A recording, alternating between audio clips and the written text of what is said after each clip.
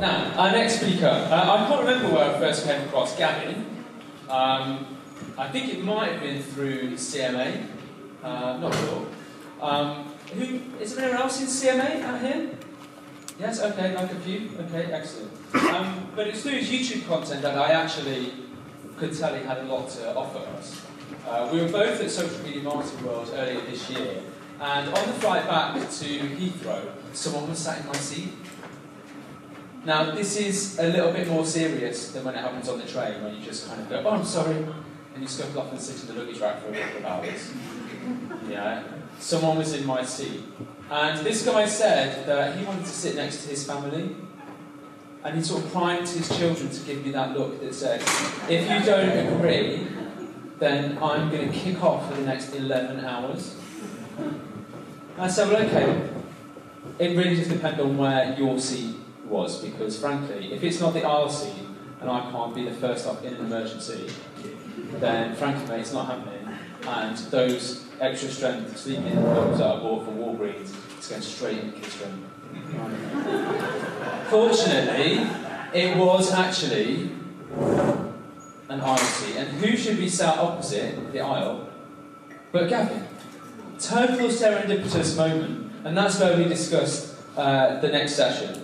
His Funnel Academy, sharing knowledge about sales, sales funnels further, and his new podcast show, funnily enough, is now available.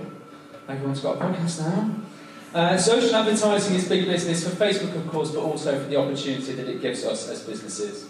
But most of all, it's a bit shit. Now, maybe it's because, now I'm in my 40s, but this is what you get on Instagram, apparently, as far as an advert. So let's not do something like this. Terrible. There you go. So, Gavin's going to show us how to do better. Please welcome to the stage Gavin Bell.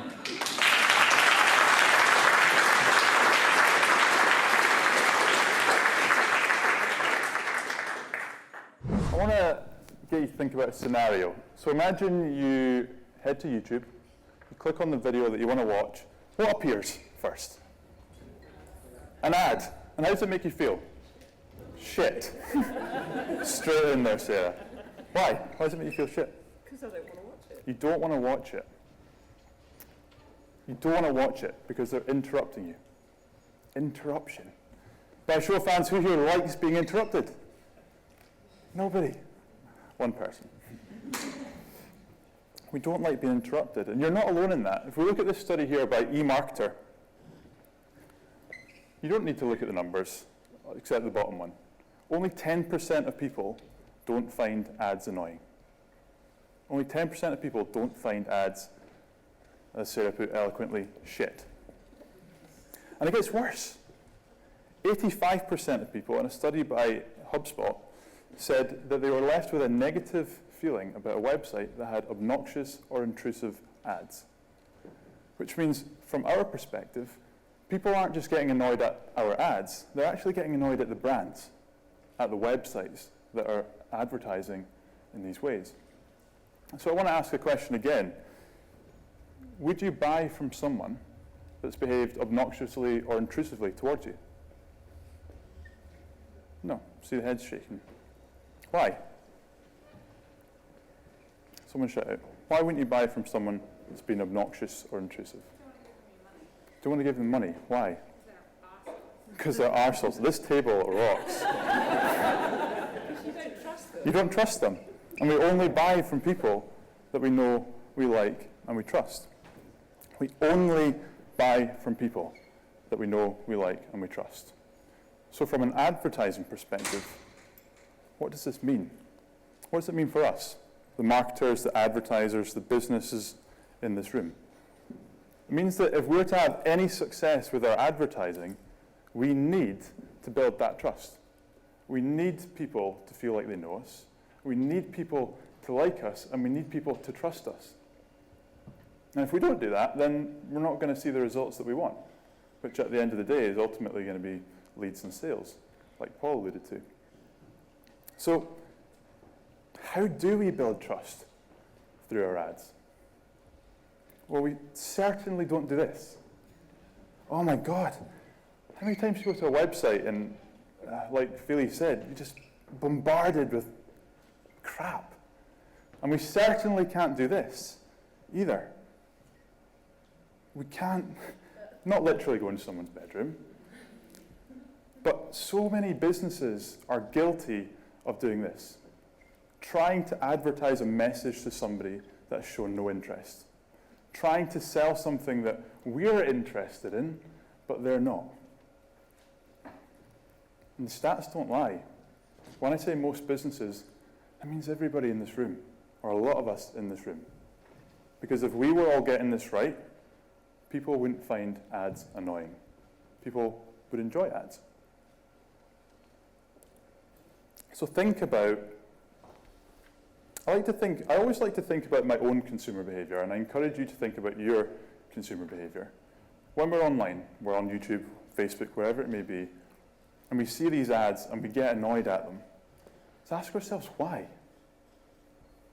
Why are we getting annoyed at these ads? And one of the examples I like to give is, imagine you're walking down the street and you see that person in the high-vis jacket. They're stopping people go about their day. You don't go, yes, I cannot wait to speak to them. What are they going to sell me today? You go, oh, fuck. How do I get out of this? Do I fake a phone call, awkward eye contact, pretend cross the road, right? Because we don't want to speak to them because they're interrupting us, trying to sell us something that we're not interested in. And if we as businesses, as marketers, advertisers, ever try and sell something to someone without building that trust, it's going to be very hard. We're fighting an uphill battle. So the question then becomes, well, how do we do it? How do we do it? And I've got good news and I've got bad news. The good news is that it's incredibly simple. We only have to do this. Deliver the right message to the right person at the right time. Marketing 101. If we can get the right message to the right person at the right time, we can have all the success in the world that we want.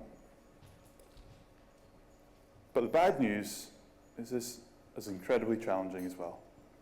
Because right isn't determined by us. Right is determined by the customer. We don't get to say what the right message is when the right time is. They get to say it. The consumer. And so we need to know deep down who our customer is. And we need to deliver a message that they want to see when they want to see it. It's simple, yet it's challenging. Know, like, trust. So I've spoken about this, but I like to break it down a little bit further to help us understand what this actually means and how we can start to implement it.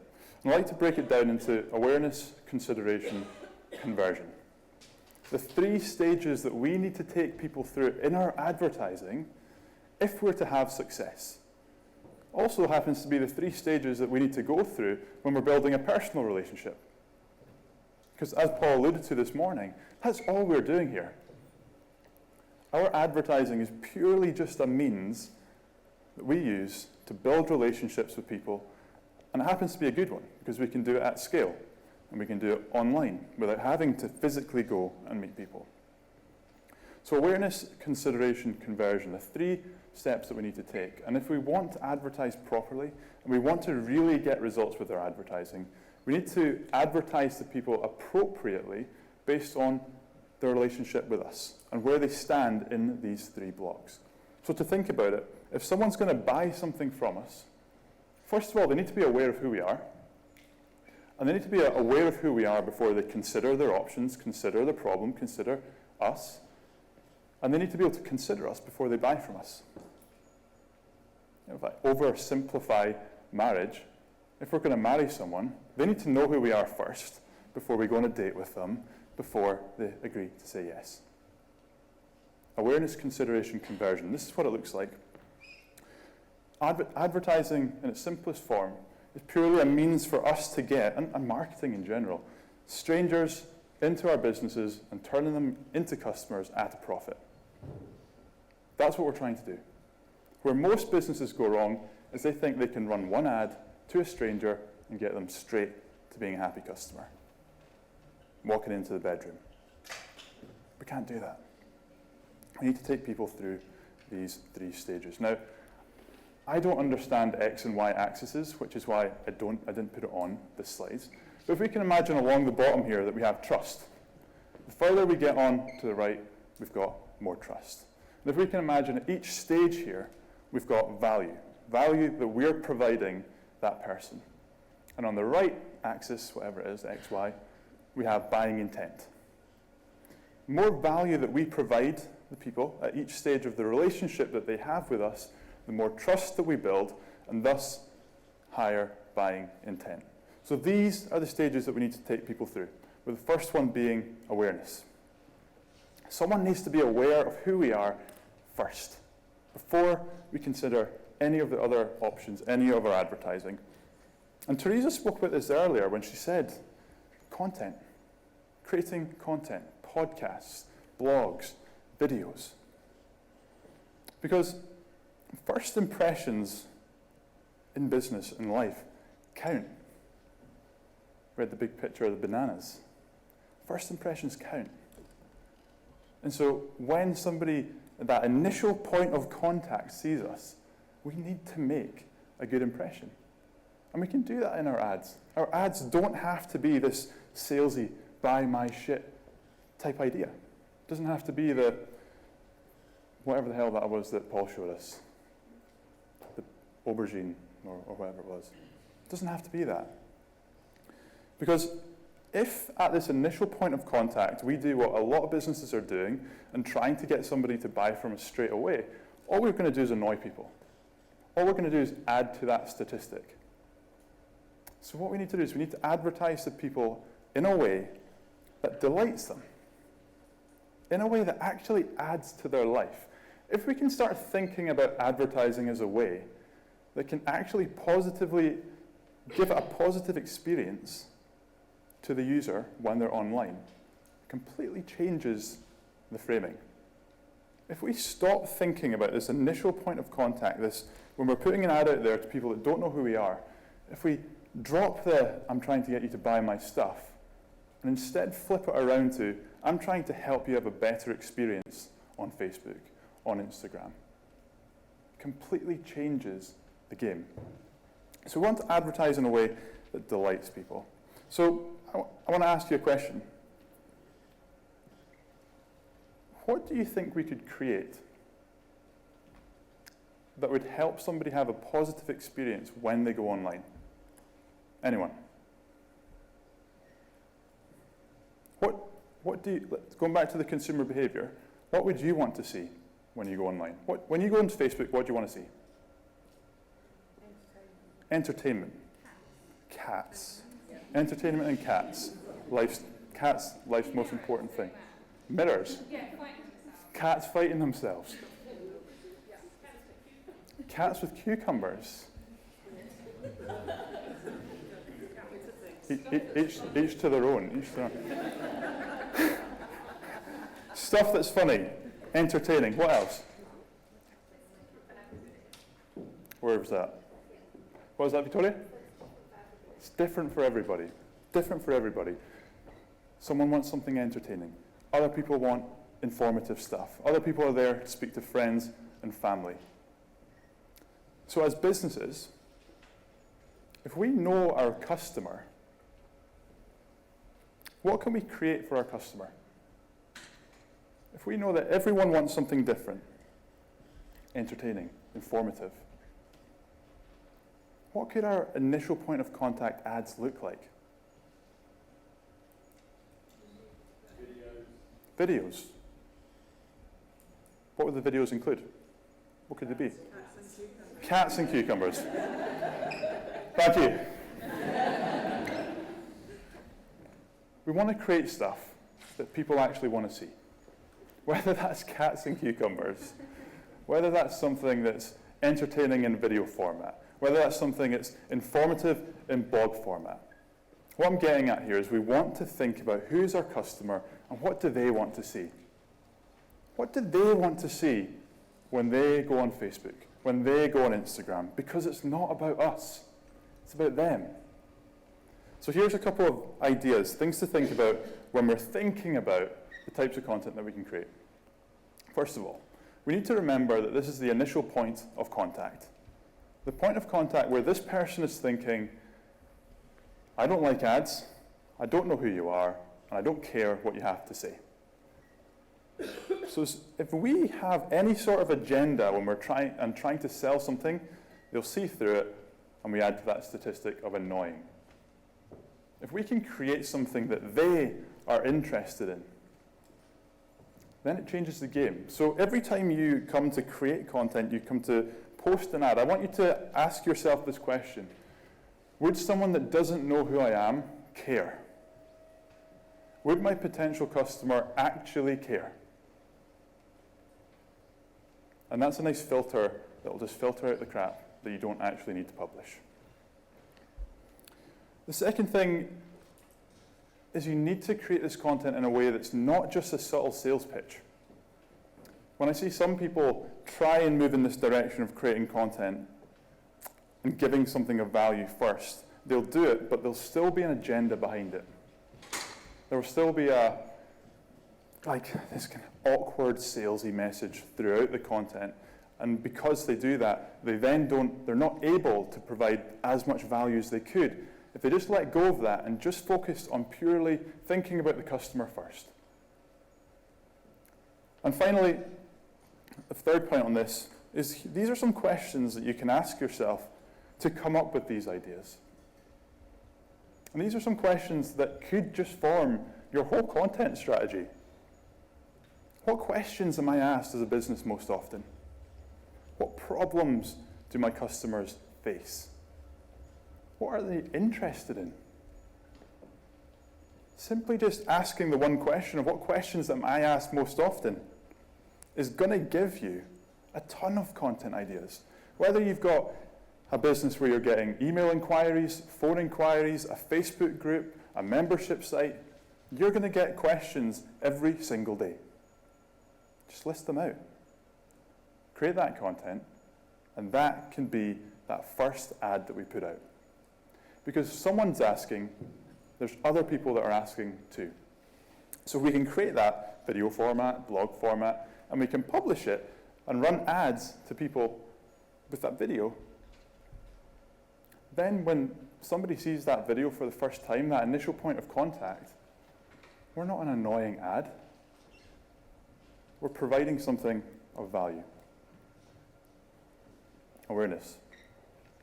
The next part, when somebody becomes aware of us, is we need to get them to this consideration point where they go, okay, I know who that guy is, but now I actually understand what he does and the problems that he solves, or she solves, or they solve. So how do we do that? Well, it comes down to content again, because everything we're doing here is content. Your ads are just forms of content. Your sales page is just a piece of content. So the easiest thing to do is simply make them a free offer. That might be a lead magnet, like Teresa spoke about. That might be a free consultation. That might be a free seminar, a free workshop. What we're doing here is we're bringing people deeper into our funnel, building that relationship, bringing people closer to us.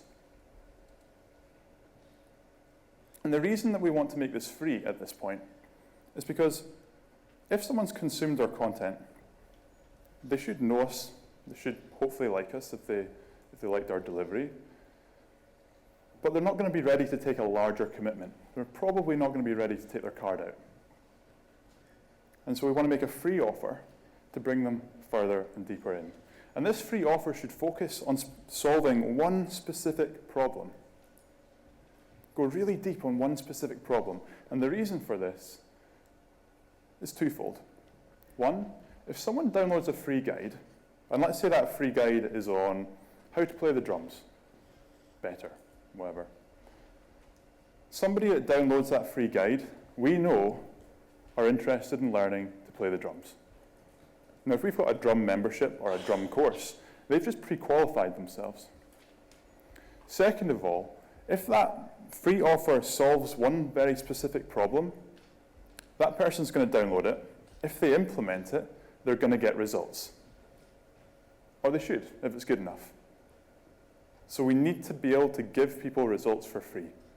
Because if we can get people results for free, then they're going to go, right, I've just got results. What's going to happen if I actually pay for the program? It must be good. It builds that authority, and it builds that trust, that super important trust when it comes to buying. Thirdly, is the journey has to be congruent. If we think about the thing that we're trying to sell, where that person is in their journey, i.e. doesn't know who we are, I'll get out of the way, doing the crab. If they don't know who we are, and then we've created free content, that free lead magnet, that free offer that we make there has to be a congruent journey to get people to the next step. It has to be that stepping stone. Because we don't want to create, if we've got a bass guitar membership site, which I'm going to talk about in a second, and we're creating video content that's on how to become a better bass player, we don't want to have a life coaching free guide, right? It has to be a congruent journey. We have to bring people through a journey to build that relationship. And somebody who does this awareness, consideration, conversion thing very, very well is a client of mine, Scott. And Scott runs a very successful online membership, scottsbasslessons.com. They've got over 25,000 paying members teaching people how to become better bass players. And the thing that I love about Scott is that he's done the awareness piece perfectly. He does the consideration piece perfectly, almost by accident. Because when Scott first set up the website 10 years ago, it wasn't a business. It was a hobby. And the focus of the hobby was purely to provide value to bass players. Scott only got his first laptop 8 years ago. So he had no hidden agenda in trying to sell to people. And because of that, he was able to just create content every single week, answering questions, solving problems, helping people become better bass players. Consistently. And it's worked pretty well for Scott, because he's now got over 600,000 YouTube subscribers, hundreds of thousands of fans on Facebook, and as I say, 25,000 paying members in his membership. It's a big business. So Scott started to create this content with no hidden agenda, just trying to help people, provide value to help people become better bass players. Consistently. Now, if somebody watches a video about learning to play the bass, what does it say about them? Very simply. They want to learn to play the bass. Now, if you then have a course or a membership or a product that's teaching people how to play the bass, you've got your audience there. You've got the right person. Hopefully at the right time, because they've shown some sort of intent. We've started to build that know, like, and trust. Because they know Scott, because they've watched his videos. Hopefully they like him because he's provided an enormous amount of free content. And so we need to get into that consideration stage. And Scott does this perfectly as well. And to explain it, I want to talk about shoes. Who likes shoes? Sarah, I'll use you again. Have you ever been online, looked at a pair of shoes, and then had an ad follow you everywhere with the same pair of shoes? Yes. We've all experienced that. And that is called retargeting. You consume a piece of content, look at something online, and because you've looked at it online, you get followed everywhere with that product. It's a very, very simple thing to do, but so, so powerful. Now, what we can do in Facebook is we can retarget everybody that has consumed a video of ours. So anyone that watches one of Scott's videos, we can retarget them with an ad or with a follow-up ad. That's exactly what we do. So every time we publish a video on Scott's Facebook page, we get a few 100,000 people watching. we can then promote this ad out to people that have an interest in bass guitar. If they watch it, it tells us that they're interested in learning to play the bass. Because why would you watch a video about learning to play the bass if you weren't interested in learning to play the bass? So what we then do is we retarget everybody with an ad that says, hey, groove hacker, which is a bass player term, I guess. Essentially what we're saying here is, hey, thanks for watching our videos. If you're interested in learning to play better bass, you want to get more content, you want to learn from all the legends in the bass playing world, then you can come to this 14-day free trial. 14 days, free. There's 25,000 other paying members in there, bit of social proof, totally risk-free. And this video here is a 15-minute video tour of the Academy. So they can see inside, they can see the number of members, it's free. At this point, when somebody sees this promotional, salesy-based ad, we're not that annoying person, we're not that obnoxious person. We're simply putting a hand out and saying, we know that you're interested in learning to become a better bass player. We have the world's best resource for this. Are you interested? Now, I've tried running this ad to people that don't know who Scott is, and it's flopped. Didn't work. I actually thought it might, but it didn't. As soon as we started putting this video, or videos, in front of it and running retargeting, then we started to see results like this. It cost $180 to join Scott's membership. Using this method, we're acquiring customers at just $18. So what it means is, every $18 we spend on Facebook, we acquire a customer worth $180. Now that's just the front end offer. Every time Scott brings out, because it's a membership and they love him, every time he brings out a new bass guitar strap, new courses, they sell out. So the lifetime value of a customer is way above that. But what Scott has here is a predictable, a consistent, and a scalable business because he's found a way to bring strangers into customers at a profit, which is what we're all trying to do. So just to recap on what Scott's looks like. We know that people don't know Scott when they don't know him, obviously. So we provide them free content, teaching them how to play the bass. If you don't watch it, that's fine. If you do watch it, we know you're interested in learning to play the bass. We then bring them deeper into our funnel with a free offer, saying, do you want to join? 14-day free trial, yes or no. Some people will say yes, some people will say no, that's fine. People join the 14-day free trial, and that's when we can then truly convert them into a paying customer, keep them staying, and staying for longer. We've built that awareness. We've shown people who we are. We've got people to know us and hopefully like us. Then we say, here's a 14-day free trial. And when they get access to that and they see the enormous amount of content and support, et cetera, that they get, then they know it's the real deal. That's when we truly build trust. And that's when we can use things like further retargeting ads, emails, text, messenger bots, to convert them into a paying customer. This is really what we're doing here.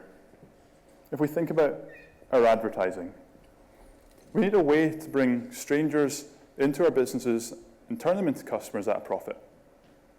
That's advertising. That's all we're looking to do. What most people do, which is why we've got the 85% of people, the 90% of people that don't like ads, is they go, right, so I'll set up an ad and I'll try and get somebody to convert to a customer straight away. And it doesn't work.